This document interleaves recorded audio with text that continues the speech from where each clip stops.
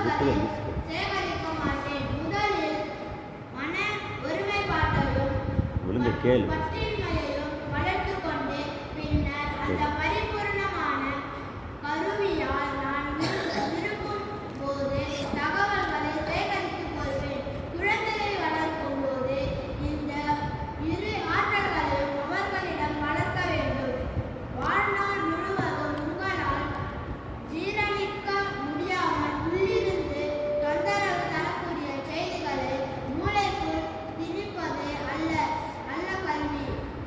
வாழ்க்கை வளப்படுத்துகின்ற, மனிதனை உருவாக்குகின்ற, குணத்தை மேம்படுத்துகின்ற கருத்துக்களை ஜீரணம் செய்யத்தக்க கல்வியை நாம் வேண்டுவது. நீங்கள் 5 கருத்துக்களை நன்கு கிரகித்து அவை உங்கள் வாழ்க்கையாக நடத்தையாக பரிணமித்து நிற்க செய்ய முடியும்.